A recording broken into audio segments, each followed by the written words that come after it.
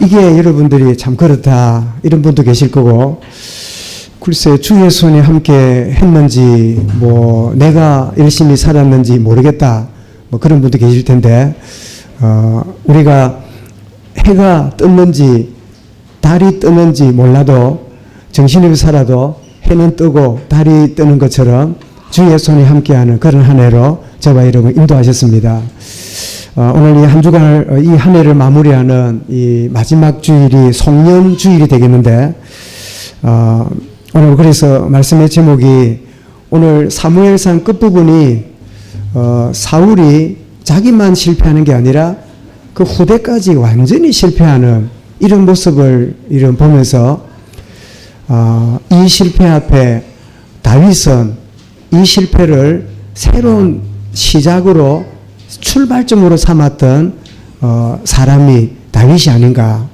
그래서 한 해를 마무리하면서 여러 모양으로 후회도 있고 또 안타까움도 있지만, 그러나 이런 실패들이 새로운 시작의 출발점으로 하나님이 나를 세우시는 그런 하나님의 계획이다, 이런 마음을 가지고 우리 말씀을 받기 원하는데요. 여러분은 지금 하나님과 어떤 관계에 있다고 생각합니까? 옛날에 농담으로 30분 전에 교회에서 뭐 합니까? 종을 치지요. 종을 치거나 차인벨로 뭐 땡땡 하거나 종탑에다가 그 음악을 틀어줘서 이제 30분 전에 이렇게 예배를 알리는 찬송 음악이 나오죠. 그러다가 딱 이제 시간이 되면 딱 2, 3분 전에 뭐 합니까? 다시 종을 치거나 차인벨을 울려요. 그거 보고 뭐라 그래요? 재종이라 그래요. 재종. 다시 한번 종을 친다고. 그러면 이제 딱 소리 끝나면서 이제 사회자가 하나님께 예배하겠습니다, 이렇게 시작하거든요.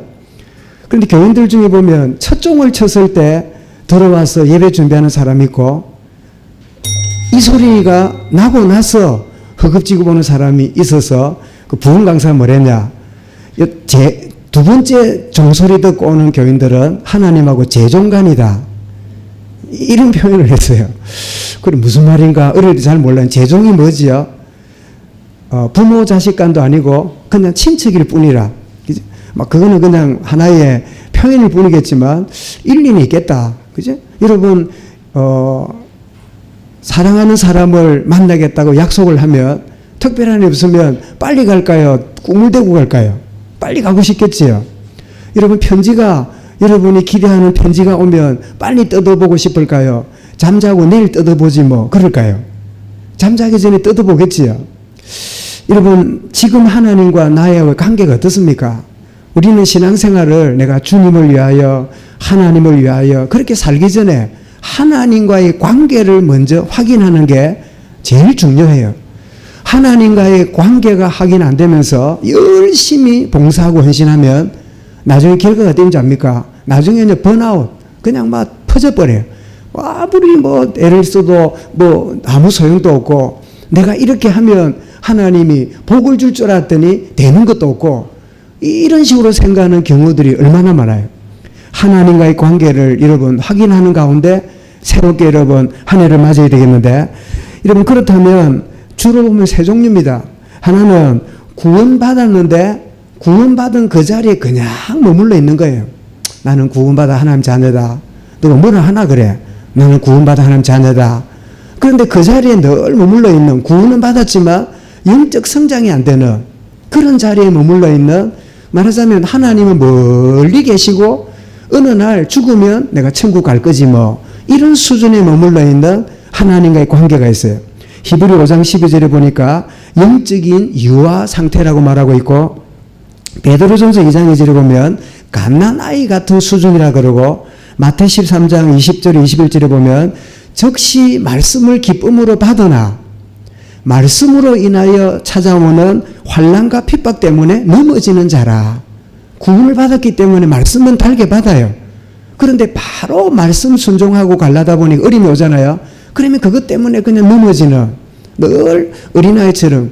여러분 아이들이 걸어가는 아이들의 특징이 뭐예요? 언제 자빠질지 몰라. 응? 언제 넘어져가 울고 있을지 몰라요. 꼭 구원은 받았는데 영적 유아 상태로 그대로 머물러 있는, 10년을 지나고 20년을 이제 심지어 직분을 받았는데도 심지어 목사가 되어서도 그 자리에 머무르면 늘 영적 유아기처럼 있는 그런 상태에 하나님과 관계 있는 사람이 있지요. 그런가 하면 하나님과의 관계가 어떻지요? 임마누엘을 함께 누림으로 나는 뭐 별로 하는 것도 없는데 변화를 체험하는, 이 변화는 내가 나를 잘 모릅니다. 주변 사람이 알아요. 너는 예수 믿어도 어찌 그래 사람이 안 바뀌노? 1번이에요. 근데 참 보니까 너 요즘 많이 바뀌는 것 같아. 너 요즘 좋은 일이 있냐? 너 좀 요즘 다른 것 같아. 너 뭐 비밀이 있어? 주변 사람이 압니다.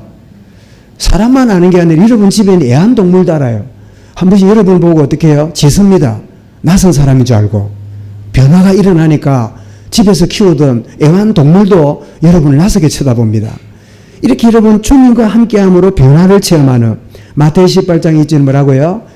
내가 세상 끝날까지 너희와 항상 함께 있으리라. 여러분이 학교를 또 직장을 뭐 친구, 계모임, 뭐 이런 모임 저런 모임 있잖아요. 한 해가 가고 두 해가 가는데 너는 늘 그렇네. 이런 게 아니라 너 좀 많이 달라진 것 같아. 너 뭔가 변화가 일어난 것 같아. 너에게 뭔가 숨겨놓은 뭐가 있는 것 같아. 이러면서 사람들은 말을 하든지 아니면 마음속으로 궁금해하는, 이 사람이 뭐 때문에 이렇게 바뀌고 있을까? 저 사람에게 뭐 때문에 저렇게 뭔가 즐거움이 넘치고 있을까? 이런 궁금증이 있는 사람이에요. 그래서 히브리서 11장 38절에 뭐라고요? 세상이 감당치 못하는, 이해가 안 돼요. 왜냐? 저 사람이 승진한 것도 아니고, 저 사람이 월급이 올란 것도 아니고, 저 사람이 집안에 보니까 늘 고민하는 문제 해결된 것도 아닌데 저 사람을 보니까 변화가 일어나고 있는 거야. 뭐 때문이지요? 내가 노력한 게 아닙니다. 임마누엘의 하나님을 누리고 있으면, 예배와 기도와 사모늘의 누림 속에 있으면 하나님이 우리를 어떻게 해요? 변화시키게 하는 은혜를 주시는 거예요.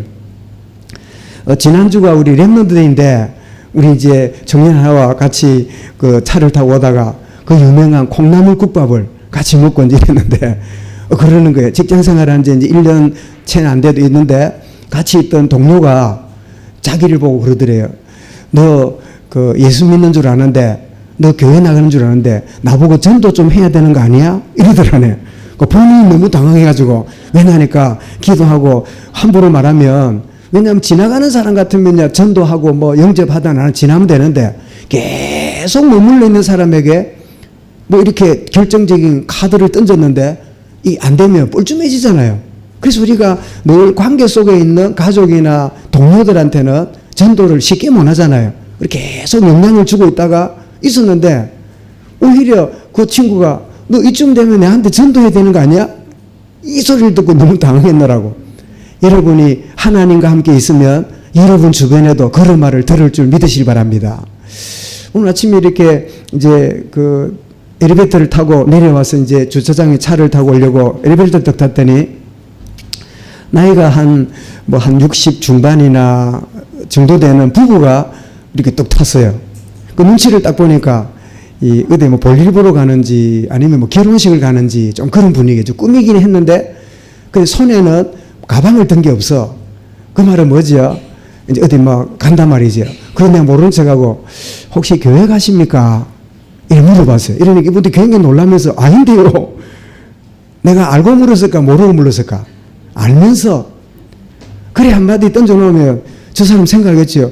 저 양반들이 갑자기 우리 보고 교회 가십니까? 내 한마디 뒤에서요.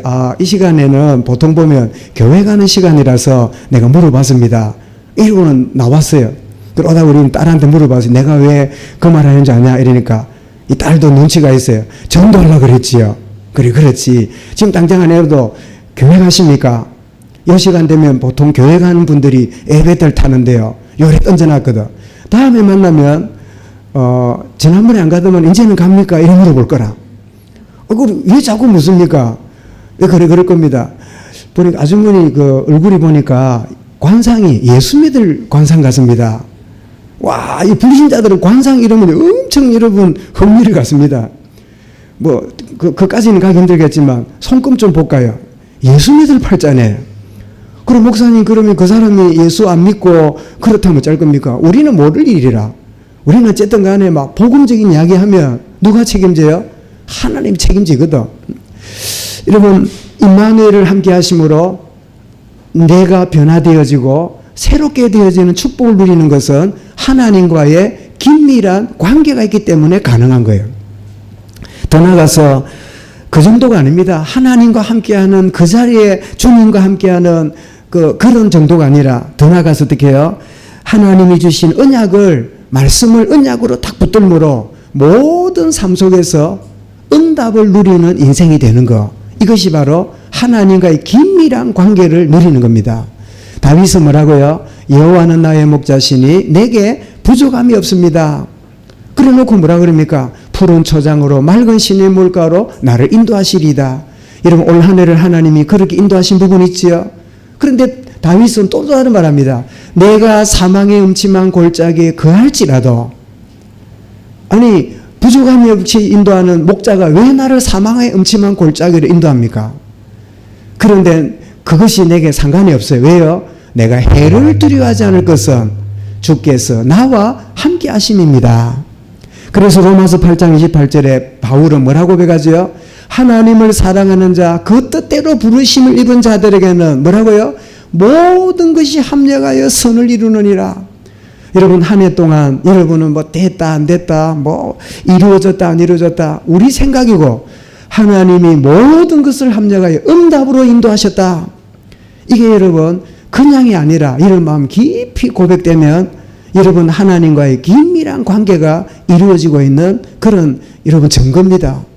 그냥 구원받은 자리에 머물러 있는 멀뚱한 관계인지 아니면 임마누엘 누리는 그런 수준에 그냥 머물러 있는지 모든 삶 속에 응답으로 주의 손이 함께 하시는, 그때는 몰랐는데 조금 지나고 보니까 그런 것조차도 하나님이 주의 손으로 응답으로 인도하셨구나, 이 사실을 아는 그런 여러분 관계 속에 있는지, 오늘 한 해를 마무리하고 또 새로운 해를 준비하면서 나는 하나님과 어떤 관계, 하나님과의 거리가 얼마나 가까이 있는가를 확인해 보는 그런 복된 시간이 되기를 주의 이름으로 축원합니다.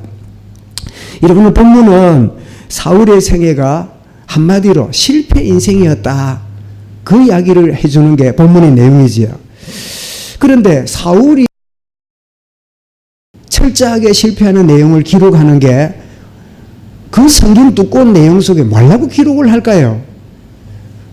이 이유는 실패의 이유를 알고 새로운 출발점으로 삼으라는 메시지를 우리에게 던져주는 거예요. 그런데 이게 메시지가 안 되면, 이유를 모른다면 그 실패를 반복하는 또 다른 실패자가 있음을 성경은 우리에게 나팔처럼 경고하는 거예요. 그래서 로마서 15장 4절에 전에 기록된 모든 성경은 우리에게 뭐로요? 교훈으로 기록된 것이라. 로마서 15장 4절에, 고린도서 10장 11절에 보면 우리에게 기록된 모든 말씀은 우리를 깨우치기 위해서 기록하였습니다. 모든 성경이 우리한테 그냥 이런 역사가 있네, 이런 스토리가 있네가 아니라 그것이 오늘날 우리에게 뭐예요? 교훈으로, 우리에게 메시지로 깨닫게 하려고 기록되었거든요. 그렇다면 여러분, 이 사울의 실패는 그냥 실패가 아니라 언약 놓친 결과임을 깊이 우리의 마음속에 자리 잡는 메시지를 붙잡아야 됩니다. 실패가 뭐라고요? 언약을 놓친 결과다. 누가 나를 뭐 억울하게 만들고, 나를 뭐 모함하고, 누가 나를 안 도와주고, 나를 막 그냥 억울하게 만들고, 맞지만 궁극적으로 뭐라고요? 언약 놓친 결과로 실패가 오는 것임을 말씀하고 있는데, 여러분 신명기 6장 4절부터 6절에 보면 여러분 들어라 이스라엘아, 세마 이스라엘아 그러는데, 이런 6장 4절부터 9절까지 내용을 그냥 우리는 자녀들에게 뭘 가르치는 걸로, 우리 렘넌트들에게 심어주는 걸 이해하는데, 자세히 보면 6절인데요, 앞에 3절은 네 마음에 새기고 네가 하나님을 사랑하고 생명을 다하고 목숨을 다하고 주 너희 하나님을 사랑하고, 그게 가르쳐야 될 교사, 부모, 주의 사역자들이 먼저 가질 메시지가 먼저 나와요. 그리고 나서 그런 네게 새겨진 거, 각인된 거를 어떻게 해요? 네 후대와 렘넌트들이 부지런히 지속적으로 어떤 환경이든지 어떻게 해요? 가르치고 전달해라. 그러니까 이것은 들으라 이스라엘 이 쉐마 이 메시지는 자녀들을 위한 게 아니라 뭐라고요? 가르치는 부모들과 주회종들과 사역자들과 여러분 교사들에게 먼저 여러분 내가 진짜 전심으로 하나님을 사랑하고 그 은혜 가운데 있고 정말 중심을 담지 않는 가운데 가르쳐 본들 이런 그거는 전달되지 않지요. 정말 먼저 부모 자신이 언약을 마음에 새기는 게 필요하고 그리고 나서 어떻게 해요? 아, 이 언약 전달이 진짜 필요하구나. 학원을 보내는 것도 아이들이 공부시키는 것도 과외시키는 것도 중요하지만 진짜 이거 먼저 새겨줘야 되겠구나. 부모가 필요를 느껴야 자녀 마음속에 딱 새겨질 거 아니에요. 그래서 이유를 알았기 때문에 부지런히 지속적으로 그 마음에 전달하게 되겠지요. 그런데 이 사울과 그의 후대는 이 언약을 놓쳤습니다. 여러분 신명기 28장에도 뭐랬습니까? 이 언약을 붙들고 하나님을 순종하면 들어가도 복을 받고 나가도 복을 받고 떡반죽 그릇에도 복을 받고 그런 표현이 나오지요. 그리고는 후반에 가면 어떻습니까? 언약을 놓치면 들어가도 저주받고 나가도 저주받고 네 떡반죽 가루에도 저주가 임할 거고 28장에 보면 복과 저주에 딱 구분해가지고 그렇게 말씀하고 있어요. 그래서 여러분 그 이스라엘 백성들에게 시각적인 효과를 위해서요. 길보아 산과 그리고 이 또 다른 산을 또 거리심 산과 길보아 산을 양쪽으로 이렇게 되어 있는데 백성들을 반을 이쪽 산에 올라가게 만들고요. 반을 저쪽 산에 올리게 만들었어요. 거리심 산은 문자 그대로 축복의 산이에요. 그래서 너희가 하나님께 순종하고 언약을 누리면 축복의 하나님 누릴 것이다. 그런데 이 반대쪽에 있는 산에 있는 그 산에는 하나님의 언약을 어긴다면 그 모든 저주와 재앙과 실패가 따라오게 될 것이다. 그 메시지를 이렇게 언약을 이렇게 확정하는 게 나와요. 그런데 흥미로운 일은요. 제가 언젠가 보여드릴 텐데 지금 축복을 했던 거리심산과 저주를 말했던 에발산 제가 자꾸 헷갈리는데 이 산이 있는데 지금 이스라엘 지형에 가면 축복을 했던 거리심산은요. 산이 푸르고 나무가 무성한데 저주의 언약을 맺었던 그 에발산은요. 황무지가 되어 있는 산이 되어 있어요. 놀라운 일이지요. 시각적으로 보여주는 거예요. 여러분 들으셨지요?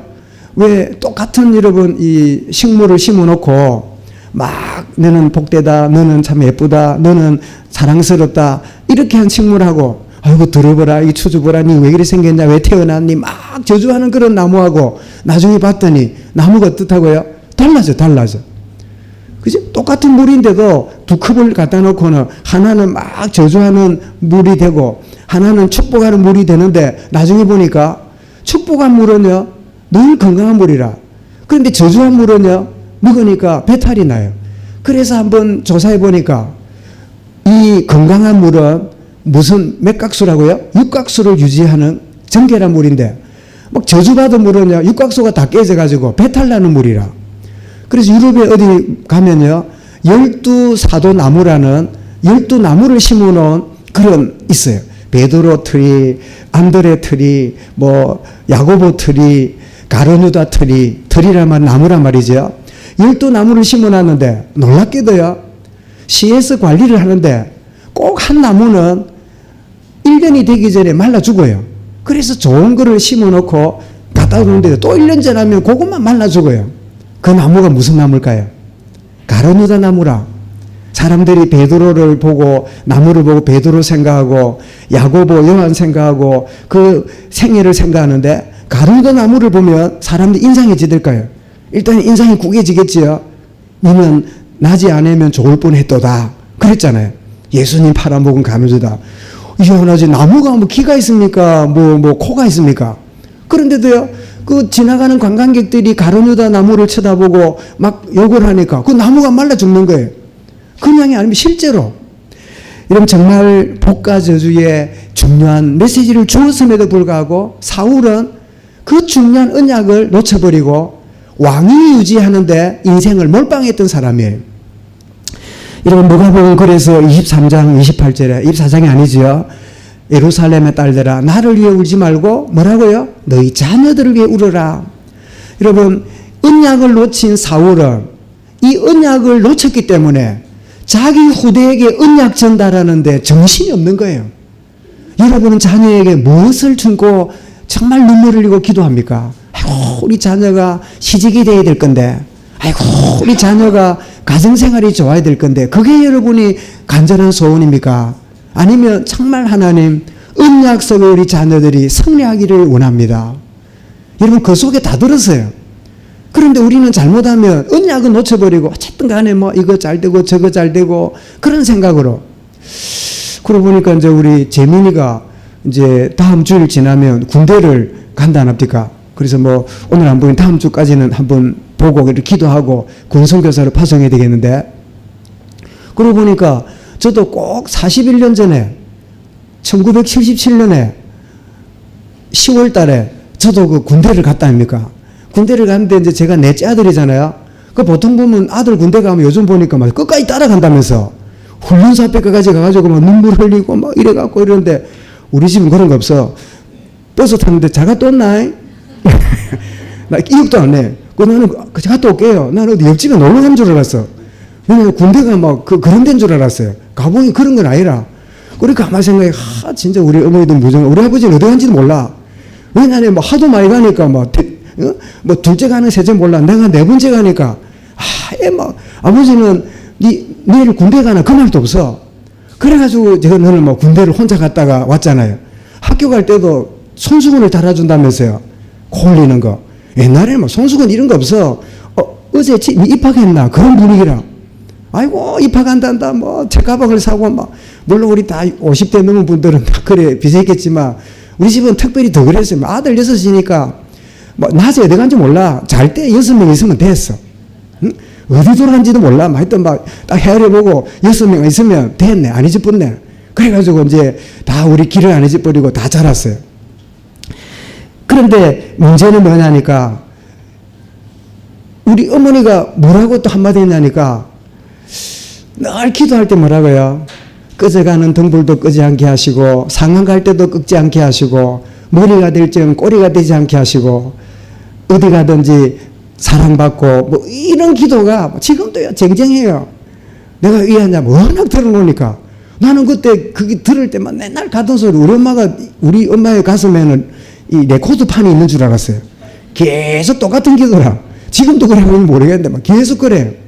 그 보니 얼마나 여러분 좀 재래적이고 구복적이고 오직 막 혈육적인 그런 기도입니까? 그런데 그 마음속에는 표현은 그래 하고 있는데 그 마음속에는 어떻게 해요? 우리 자녀가 하나님 성공하게 하시고 뭐 잘되게 해주시고 그런 기도는 아니라 어쨌든 하나님의 자녀로 그 현장에서 하나님의 영광을 드러내고 그런 중심이잖아요. 그래서 그런지 저도 자녀를 키울 때 많이는 안 났지만 니 뭐 되라. 너 안 되면 안 된다. 니는 이런 거 돼야 된다. 그렇게 요구해 본 적이 없어요. 그냥 네가 인도받는 대로 하나님이 너를 인도하실 거야. 하나님이 너를 주관하실 거야. 왜냐니까 우리 부모님이 그런 기도를 해도 저보고 니는 뭐 되라. 니 이런 거 돼야 돼. 그렇게 윽박질러 당한 적이 없어요. 그러다 보니까 이제 또 자연스럽게 되는데 제가 무슨 말씀 드립니까? 우리 후대들에게 너는 뭐가 돼야 돼. 이거 안 되면 안 돼. 여러분 그럴 필요 없어요. 하나님의 언약의 중요성을 알고 그 마음에 심어주면 그 자녀를 누가 책임져요? 하나님이 책임지십니다. 아멘. 그죠? 모자란 우리가 붙잡고 여러분 막 만들어 가려고 그러면요. 만들어지지도 않지. 만들어 놓아도 그게 정상적인 물건이 아니라 그런데 하나님이 언약 속에 이루어 가시면 어떻게 해요? 하나님이 그 비밀을 여러분 누리고 인도하실 거 아니에요. 여러분 사울은 이 사실을 놓치고 사울의 소원이 뭐지요? 내가 누리는 왕위를 우리 자녀한테 물려주는 게 사울의 소원이라. 이게 언약입니까? 욕심입니까? 하나님하고 전혀 안 맞는 자기 욕심으로 어쨌든 내 자식이 잘 돼야 되고 내 자식이 성공해야 되고 내 자식이 어쨌든 간에 출세해야 되고 언약은 전혀 없이 그저 자녀가 잘 되는 이게 사울의 언약 없는 전달의 모습이 실패로 끝나고 마는 거예요. 여러분 요한복음 21장에도 어떻게 해요? 내 양을 먹이라 내 양을 치라. 정말 그리스도의 복음의 비밀이 그 마음이 심겨지면 잔소리처럼 들리고 이런 별거 아닌 것처럼 들리지요. 그런데 어느 날 자녀가 한계가 오고 어떤 순간이 되면요, 잔소리처럼 들었던 그게 그 마음에 딱 자리 잡아요. 그래서 또 떠날 때, 군대 갈 때 말씀이, 그래, 몸 건강하게 뭐 지내다가 잘 갔다 온나? 그리고 왔는데, 그래가지고 막 그 이제 제대를 한 4, 5개월 남기고, 그때요, 내 마음속에, 아, 하나님이 나를 외롭고 힘드는, 막 기가 막히는, 요즘도 뭐 군대가 그렇다지만, 옛날 군대는 막 살아남으면 은혜라. 뭐, 한 번씩 막, 그 기합을 받거나 막 고참들한테 막 폭력을 당하면 이건 완전히 살인 수준이라. 거의 막 그런 상태로 막 옛날에 어릴 때 그 군대 생활을 그렇게 하고 지냈거든요. 막 살아남은 게 주의 은혜라. 근데 마음속에, 아, 부모가, 형제가, 친척이 내게 있지만 딱 외롭게 낙동과 오리엘처럼 딱 던져진 이 외로운 현장이 그동안 부모님이 기도하고 부모님이 간구하던 그 하나님이 아니라, 부모님의 하나님이 아니라 나의 하나님, 부모님의 주님이 아니라 나의 주님, 부모님의 기도에 의한 간접적인 응답이 아니라 나의 기도가 시작되는 시간표를 하나님 내게 주시더라고요. 아, 그렇구나. 하마터면 부모님의 하나님, 부모님의 기도 때문에 내가 얹혀 살았다면, 내가 위기와 외로움과 억울함을 당하는 그런 한계에 나의 하나님, 나의 주님을 딱 만나는 그런 의미에서 우리 부모님의 기도가 언약이 전달되는데 성공하신 것 같아. 본인들은 몰라. 자녀들에게 뭐가 생겼는지 우리 부모님들은 몰라. 아버님은 일찍 천국 가셨고 어머니도 지금 계시는데 내가 우리 자녀들한테 뭘 심었지? 그거 잘 모르시는 것 같아. 왜냐하니까 이 복음이 희미하면 정리가 잘 안 되잖아요. 응? 어쨌든 여러분, 이 자녀를 위한 기도와 양육이 필요한데, 한마디로 언약 놓치면 출애굽기 20장 44절 5절에 보니까 3, 4대까지 저주가 임한다고 말씀했잖아요. 그렇다면 여러분, 이 언약을 놓친 실패 인생 사울은 그 자신 때문에 자녀들까지 다 실패하는, 심지어 다윗의 친구였던 요나단까지 억울하게 실패를 하는 이런 안타까움을 보게 되잖아요. 여러분, 한 해를 마무리하는 마지막 주일에 참 실패는 언약 놓친 결과구나. 이 사실은 어두운 부분이지만 우리가 딱 붙잡아야 될 중요한 언약임을 믿으시길 바랍니다. 더 나아가서 언약 전달이 얼마나 중요한가를 우리는 이렇게 볼 수 있습니다. 여러분, 아브라함이 100세의 아들을 낳았는데, 여러분, 흔히 우리 왜 오랫동안 자녀가 없다가 자녀를 놓으면 그 자녀에게 뭐라 그럽니까? 너는 귀한 아들이다. 너는 귀한 딸이다. 내가 절에 가서 빌은 거야. 시집은 20년 만에 낳았어. 이러면서 지나치게 부모와 자식의 애착 관계가 돼갖고요. 부모는 자녀한테 매이가지고 맨날 그래 살고, 또 자식은 부모한테 자유하지 못하고 너무 얼게 매여가지고 어찌 보면 정이 있는 것 같지만요, 사실은 서로를 피곤하게 만드는 그런 관계 속에서 필요 이상의 이 유착관계가 서로에게 도움이 안 되는 그런 관계가 형성되기가 쉬워요. 아브라함도 100세의 자녀를 얻었으니까 충분히 그럴 수 있다 생각해요. 하나님은 차단하기를 원하십니다. 너의 독자, 너의 사랑하는 그 아들 이삭을 번제로 드려라. 번제가 뭡니까? 번제는요, 껍질을 벗기고 철저하게 각을 떠서 완전히 분해해가지고 드리는, 말하자면 미안합니다, 고기를 여러분 따듬는 보고 뭐라 그러죠? 회친다 그러지요. 요즘은 이제 말이 순화대가 회 따듬는다 이러는데 옛날에는 회 처먹어라 이랬잖아요. 회친다 그랬잖아요. 회친다는 말은 뭐지요? 비참하다 그 말이에요. 완전히 분해시켜 버리잖아요. 껍질, 뼈, 살, 머리, 꼬리 짝짝짝 해가지고 완전히 분해시키잖아요. 번제가 그래가지고 하나님께 드리는 거예요. 얼마나 비참한 여러분 단어입니까? 그런데 아브라함은 그 순간에 내 자녀에게 인간적인 애착관계를 하나님이 점검하시는구나. 그래서 하나님 앞에 드려지게 될 때 아브라함은 그냥 자기 믿음을 표현했을 뿐인데 그 당사자 아들 이삭 마음속에는 아버지가 나를 그렇게 애지중지하더니 나를 죽이려 해. 이게 여러분 인간관계가요, 언약으로 못 보면 뭐로 남을까요? 상처로 남습니다. 야, 나 아버지 그 눈을 잊을 수 없어. 와, 아버지 눈가를 나는 잊을 수 없어. 그 눈이 어떨까요? 죽이려는, 이런 사람이 사람을 죽인다는 게 정상으로 커피 마시다가 죽일 수 있을까요? 얼마나 여러분 비장한 각오로 그래 칼을 들었을까요? 그때 여러분 그 이삭이 아버지를 안 쳐다봤을까요? 그 비참함이 그 웬일입니까? 하나님 막으시고 순양이 준비되어서 그때 아브라함은 말했겠지요. 아들아, 하나님이 너를 주셨기 때문에 주신 하나님이 너를 요구하니 나는 인정적으로 힘들었지만, 그러나 히브리 11장 뭐라고요? 네가 죽었을지라도 하나님이 살릴 것을 나는 믿었단다. 그때 여러분 이삭의 마음속에 뭐가 생겼어요? 이 순양이 나의 죄를 위하여 대속의 죽음을 죽은 오실 메시아의 이 십자가의 구속의 은혜가 마음속에 딱 새겨지는 거예요. 그래, 이 땅을 사는 거는 출세도 아니고 이 땅을 사는 거는 좋은 게 아니라 그리스도의 언약 속에 들어가면 승리하는 축복을 누리는구나. 여러분, 출애굽한 이스라엘 백성들은 유월절을 지켰잖아요. 유월절을 지킬 때마다 자녀들은 여러분 막 애들은 싫었겠지요.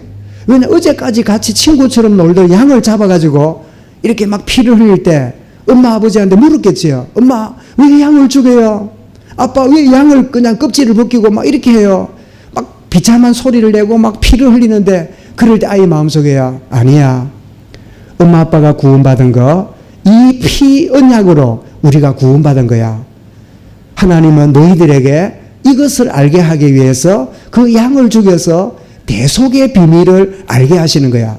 그 마음에 자녀들에게 심겨주는 게 뭐예요? 그게 바로 유월절의 언약이거든. 오늘 저와 여러분 예배가 그런 축복의 은혜가 있기를 바랍니다. 여러분 자녀들에게 예배 안 오나? 왜 빠졌어? 예배 드려야 돼. 종교를 강조하기 전에 왜 예배해야 되는지, 왜 말씀 붙잡아야 되는지, 왜 기도해야 되는지 이유를 전달하는 이런 축복의 은혜가 여러분 회복될 수 있길 바랍니다. 야곱도 마찬가지죠. 요셉을 통해서 성취될 언약을 마음에 간직하는데, 창세기 37장 11절에 보니까 형들은 요셉을 시기했지만 야곱은 그 마음에 두었더라, 간직했더라. 야곱은 인격적으로 많은 문제가 있었지만, 그러나 그 속에는 언약의 그 할아버지 아브라함, 그의 아버지 이삭, 그리고 태어난 야곱은 이 언약을 누구에게요? 자녀들에게 전달될 것이 마음에 새겨진 거예요. 여러분, 이것이 여러분의 기도가 될 수 있기 바랍니다. 한나가 이런 붙던 나실인의 언약이 사무엘에게 전달되잖아요. 여러분, 사무엘 1장 27절에 자식 달라고 기도하다가 한나가 중량을 깨닫습니다. 하나님, 이 시대에 나실인이 없는 시대인데 자녀를 주신다면 하나님께 드리겠습니다. 그랬더니 하나님이 허락했잖아요. 그래서 2장에 들어가서 높게 하시고 낮게 하시고 죽이기도 하고 살리기도 하시는 전능하신 하나님의 은혜를 찬양하는 한나의 찬양이 나오잖아요. 기도가 나오잖아요. 여러분, 이새의 전달이 다윗에게 또 성취됨을 보게 됩니다. 왜냐하면 사무엘상 17장 18절에 보면 그 다윗에게 심부름을 시키지요. 전쟁 나간 형들에게 이 빵을 갖다 주고, 그리고 그 형들의 지휘관에게 치즈를 갖다 주고, 그리고는 뭐라고요? 정표를 받아오너라. 이 말은 뭐지요? 하나님이 다윗을 통하여 일을 이루실 것을, 이 아버지 누굽니까? 이새는 그 다윗을 통하여 일하실 것을 믿었어요.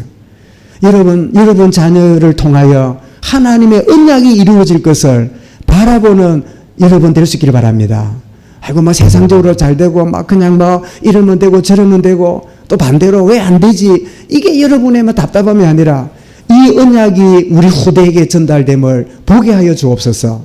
이새는 그런 자녀를 통하여 언약이 전달될 것을, 그래서 사무엘 16장 23절에 누가 왔습니까? 사무엘이 찾아왔고 기름을 부었는데 여호와의 영이 다윗의 이날 이후로 다윗의 여호와의 영이 충만함. 그래서 사도행전 13장 22절에 어떻게 해요? 내가 이새의 아들 다윗을 만나니 이는 내 마음에 합한 자라. 내가 그를 통하여 나의 뜻을 다 이루리라. 여러분의 후대가 하나님 보실 때 이는 내 마음에 합한 자라, 내 뜻을 다 이루리라. 그런 응답의 자녀들, 후대들 되기를 주의를 축원합니다. 하나님이 그렇게 하기로 준비하셨어요. 그렇다면 언약을 붙드는 것은 반석 위에 집을 지은 자와 같아요. 아멘. 모래 위에 지은 집은요, 빨리 짓고 잘된 것처럼 보이죠. 반드시 창수가 나고 바람이 불면 뭐랬습니까? 넘어짐이 심할 것이요. 오늘 여러분 오늘 막 성공한 사람들, 뛰어난 성공자들이 왜 여러분 생을 끝내는 줄 아십니까? 모래 위에 집을 지어서 그래요. 목사님, 누구는 교회 다니던 십자가 그 폐 장례 치를 때 있던데요. 교회 다녔지 모래 위에 집을 지어서 그래요. 반석 위에 지은 집을 지어야 창수가 나고 이런 바람이 불어도 넘어지지 않는 거예요. 그러면 이 반석이 뭐죠? 마태 24장 27절에 보니까 이 반석 위에 지은 집은 그랬는데, 이사야 26장 4절에 너희는 여호와를 신뢰하라. 주 여호와는 영원한 반석이시니라.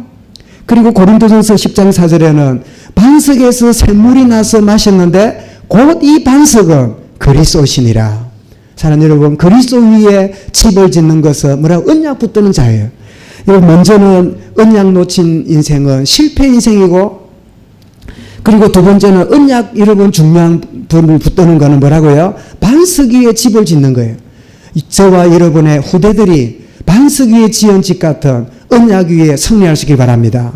그렇다면 여러분, 이 실패한 사울의 이 생애를 보면서 이제 사무엘 하는 다윗의 시대가 열리는데, 다윗은 분명히 이 실패한 사울의 이 실패 앞에 새로운 시작의 출발점으로 여겼어요. 여러분, 개인이나 주변을 보면서 실패가 아닙니다. 새로운 시작을 위한 출발점에 하나님이 나를 서게 하시는구나. 그래, 언약을 놓치면 성공이 아니구나. 언약을 붙잡는다면 실패가 아니다. 새로운 하나님의 시작이다. 왜? 여러분, 우리 1년 동안 강단 메시지 한 거를 여러분 일부러 정리해서 나눠드렸지요. 그 중에 어느 주일이 나옵니까? 기억하지 않는 실패는 뭐라고요? 반복되기 때문입니다. 그래서 이걸 보고 뭐라 그럽니까? 반면교사라 그래요. 교사는 뭐지요? 교사는 우리에게 가르쳐주고 인도하는 게 교사잖아요. 반면교사는 뭡니까? 그래 하면 안 돼. 아, 그래 살아서는 안 되겠구나. 사울처럼 그렇게 지내서는 안 되는구나. 반면교사예요. 그걸 보고 타산지석이라 하기도 하죠. 저 사람의 실패를 보고 아, 나도 저렇게 가면 실패하겠구나. 그게 반면교사거든. 여러분, 악령과 하나님의 영의 감동의 차이를 우리는 기억해야 됩니다. 삶 어떻고 저런 삶 어떨까? 그런데 여러분, 다릅니다. 아니 형편이 그러니까 다들 그러는데 그래 살잖아. 여러분, 이런 하나님의 영의 인도를 놓쳐버리고 세상 원리 그래 사니까 그래 지내는 거지 여러분, 이게 뭔지 압니까? 요한일서 4장에 보니까 영을 다 믿지 말라. 그리스도를 부인하는 영이 이 땅에 존재하는 거예요. 우리가 여러분 대놓고 그리스도가 예수는 그리스도 아니다 이런 말 합니까? 그래 안 해요. 그런데 말은 그리스도라 하는데 나의 삶은 주님을 부정하는 삶을 살아요. 할 수 없지 다들 그러는데 어쩌겠노? 이것만 이러면서 여러분 그리스도의 힘을 놓쳐버리는 경우 많잖아요. 이거는 뭐지요? 그리스도의 영이 아니라 다른 영을 쫓아가는 그런 결과인 거예요. 여러분, 더 나가서 여러분 찬양을 여러분 같이 들으셨죠? 여러분, 우리가 실패했다 할 때 거기에 굉장히 중요한 새로운 관점이 필요해요. 여러분, 내가 가진 모든 것들은 내게 아닙니다. 빌려주신 거예요. 하나님이 내게 빌려주셨다가 때가 되면 생명을 거두어 가십니다. 왜요? 생명이 내게 아니거든. 그렇다면 내가 여러분 건강을 잃거나 경제 문제 오거나 자녀 문제 오거나 많은 문제들을 경험할 때 우리는 뭐라 그럽니까? 실패라 그러지요? 아니요. 빌려온 것을 하나님이 가져갔을 뿐이에요. 그렇다면 실패가 아니잖아요. 하나님의 주권을 확인하는 시간이잖아요.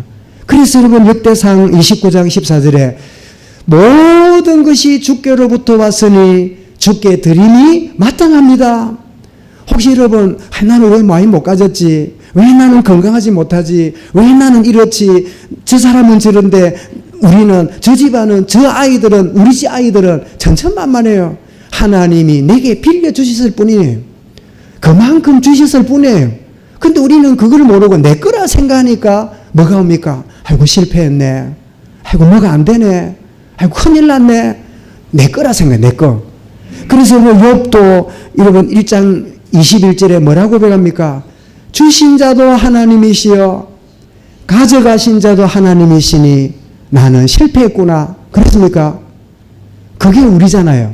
아이고 나는 끝났네. 어떻게 하지? 창피스러워. 체면이 말이 아니야. 남들이 뭐라고 할까? 이게 여러분 우리 수준이잖아요. 근데 욥은 뭐라고요? 주신 자도 하나님이시고 가져가신 자도 하나님이시니 여호와를 찬송할 뿐입니다.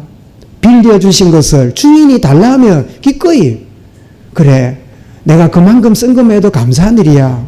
그만큼 빌려준 거 너무너무 고마운 일이야. 그죠? 주인이 주권대로 주시기도 하고 가져가기도 한다면 왜 나는 작게 줍니까? 왜 나는 짧게 줍니까? 누구한테는 막 이래주는 나는 왜 이럽니까? 나는 이렇게 하든 저렇게 하든 뭐라고요? 여호와를 찬양할 뿐입니다. 여러분 저와 여러분이 이런 신앙 고백이 될 수 있길 바랍니다. 어제 오랜만에 옛날에 신앙생활을 함께하던 어떤 중직자를 만나서 식사를 하고 이런 중에 막 오래전에 막 있었던 이야기를 주고받고 이러다가 뭐 저는 보통 이제 이 사람 만나서 식사하면서 이야기를 하잖아요. 그러면 저의 라이프 스타일은 1시간 반 정도 하면 거의 되더라고요. 마치고 차 마시러 가면 1시간 좀 더 걸리지만 밥 먹고 그 자리에서 이야기를 나누면 1시간 반 하면 그냥 충분하다. 완벽하진 않아도 그런 생각해요. 근데 끝나고 보니까 2시간이라. 그러니까 30분을 보통 때보다 더 지나간 이야기를 하면서 잊어버렸던 친구들, 연락처들 보면서 좋은 시간들을 가졌어요. 그런데 지나고 보니까 이제 미안합니다. 저를 잊지 못하고 지난날에 있었던 교회 분하고 그분의 어머니가 자기 이제 문갑 이런 데 있잖아요. 어머니가 80 중반쯤 되는데 약간 파킨슨, 약간 몸이 마비되고 이런 몸에 안 좋은 증세도 있고 한데 이제 이야기를 하면서 옛날에 제가 30대 뭐 이렇게 40초 뭐 이렇게 목회했던 그때 찍은 사진을 그 문갑에다가 넣어놓고 그래 지내신다는 소리를 듣고 제가 마음이 참 고맙기도 하고 한편은 참 미안했어요. 그래 내가 참 함께 하지 못하고 이런저런 과정 속에 있어서 참 그렇구나 그런 마음이 들기도 하고 문득 생각할 때 그래 그때가 참 그랬구나 그래 그때가 참 저랬구나 이런 생각을 하는 계기가 되었어요.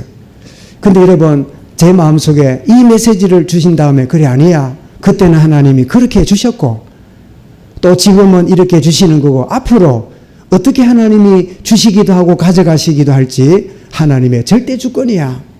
그러면 뭐예요? 실패와 좌절과 실망과 상처 가운데 갖지 않고 오히려 거기에 이를 뭐라고요? 하나님이 주셨고 하나님이 가져가셨으니 나는 여호와를 찬송할 뿐입니다. 하나를 마무리하면서 왜 내가 가진 걸 잃었을까? 왜 내가 원하는 것을 갖지 못했을까? 누구는 가졌는데 나는 왜 차지하지 못했을까? 그런 것 때문에 힘들어하는 분 있습니까? 아니요. 하나님이 내게 주신 만큼 하나님의 주권이다.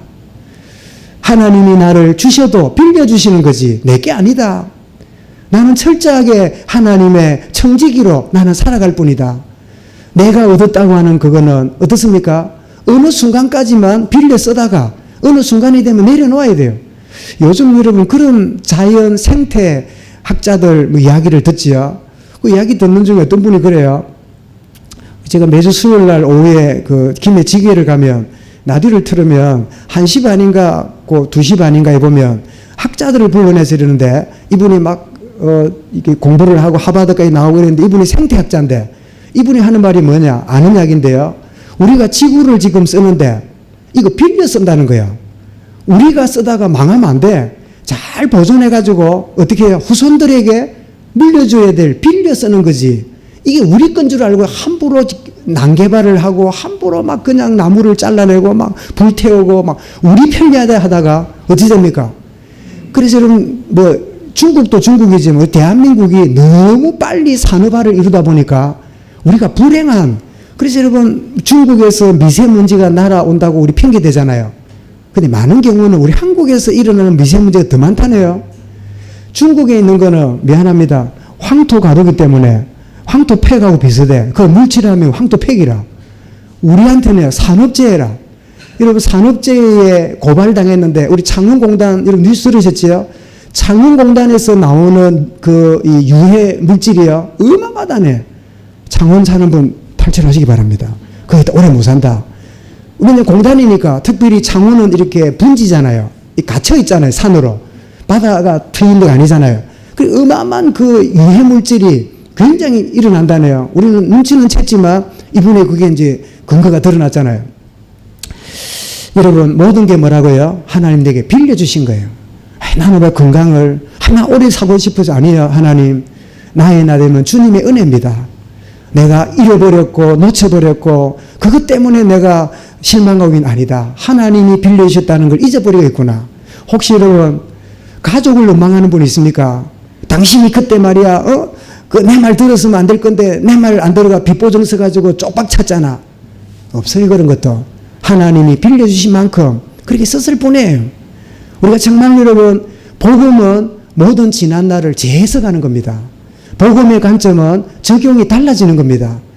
우리가 복음 갖고 있으면서도 늘 그때 생각하면 안타깝고 그 사건 생각하면 신물이 올라오고 그거 생각하면 잠이 안 오고 아니요. 생각해 보니까 그렇구나. 그만큼 쓰게 하셨고 그만큼 하나님이 하신 거구나. 그만큼 하나님 내게 허락하신 거고 그만큼 누리게 하신 거구나. 혹시 여러분 뭐 저는 그런 분이 기억 못해서 하는 말인데요. 자녀를 일찍 잃고 나면 굉장히 마음 아프잖아요. 그런데 그 잃어버린 것도요. 어떻게 해요? 하나님이 10살만큼 살게 하셨고 20살까지 살게 하신 것만큼 내게 빌려주신 거다.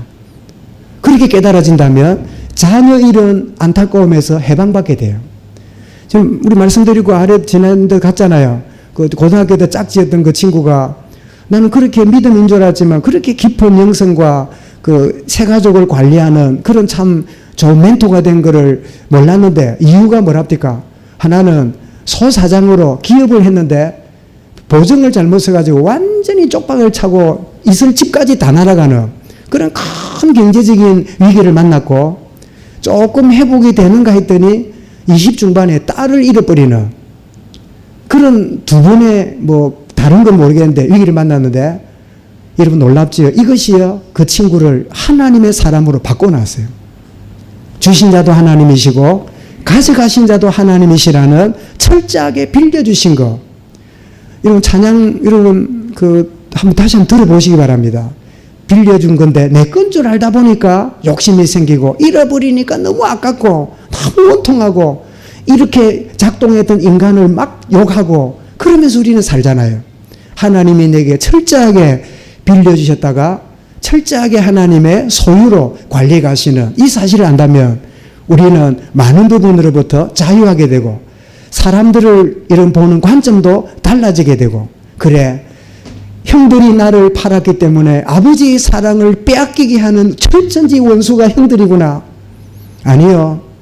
그만큼 아버지 사랑받은 거 때가 되니까 그만큼만 사랑받게 하셨고 나를 하나님이 또 다르게 인도하시는 계획이 가운데 있구나. 이게 깨달아지니까 형들을 만날 때 어떻게 해요? 형님들 두려워하지 마십시오. 하나님이 다 허락하시고 인도하신 겁니다. 이유가 뭐라고요? 우리를 살리려고. 여러분 내가 잃어버린 것 때문에 주변을 살려낸다면 잃어볼만 하잖아요. 아멘. 내가 놓친 것 때문에 주변 사람이 다 살아난다면 여러분 그럴 수 있잖아요. 미안합니다. 제가 한 몇 년 전에 누가 가죽 장갑을 하나 선물을 해서 이제 끼고 다니는데 이렇게 애낀다고 보통 때는 안 끼고 어디 공적인 자리 가거나 이럴 때 이제 끼고 이러는데 가고 보니까 가죽 장갑이 안 보여. 그래 드디어 때가 됐는가 이래가지고 이제 그때 간 날 어디 전화도 해보고 이러니까 혹시 가죽 장갑 안 챙겨놨습니까? 이러니까 없대요. 또 전화해보니까 그런 거 있으면 뭐 챙겨놨겠지. 없대요. 전혀 없어. 그래 가죽 장갑 잊어버렸구나. 뭐 그럼 할 수 없지 뭐 이러고 이제 있었는데 근데 내 마음속에 자유가 찾아왔어요. 뭐가 왔냐? 가죽 장갑을 잃어버렸다는 말은 누군가 쓸만하니까 가지고 쓴단 말이겠지요. 그러면 내가 줘야 될 건데 그거를 누가 필요로 해서 쓴다면 감사한 일이다. 그런 마음 갖고 나니까 내 마음에 자유가 찾아왔어요. 내가 꿈에도 나오더라. 장갑 어디 가노? 너무 장갑이라. 누가 끼고 있으면 저 장갑 내 장갑 아닌가? 왜 내 거니까. 그런 내 게 아니라 그만큼 빌려주셨다가 이제 그랬구나. 자유했어요. 그리고 내가 개운하게 잤잖아요. 그 다음을 보시면 내 책상에 있잖아. 한 번씩 잊어버릴만 해. 그지? 그래, 이제부터는 내 장갑이 더 필요한 사람이 있으면 줄 겁니다. 왜냐? 빌려갖고 잊어버린 건데, 보이 또 있어. 갖고 된 게 이제 A품은 아니라도 쓸만은 해요. 여러분, 내가 가진 모든 게 빌려온 것이 뿐임을 안다면 우리는 우리의 지난날과 지금을 해석을 달리 할 수 있습니다. 여러분, 더 나가서 여러분, 실패를 새로운 시작의 출발점으로 삼는 사람은 기도와 묵상이 내 인생의 매일의 1순위가 될 수 있다면, 제1순위가 기도와 묵상이 될 수 있다면, 저와 여러분은 실패를 오히려 시작의 출발점으로 삼을 수 있을 줄 믿습니다. 분주하기 때문에 기도가 안 된다고요? 아니요. 그러면 하루 종일 시간이 있을 때 기도 됩니까? 막 일이 많아서 기도가 안 된다고요? 아니요. 일 없을 때 여러분 기도 됩니까? 눈을 못 뜨고 자리에 일어나지도 못하는데 천천만만해요.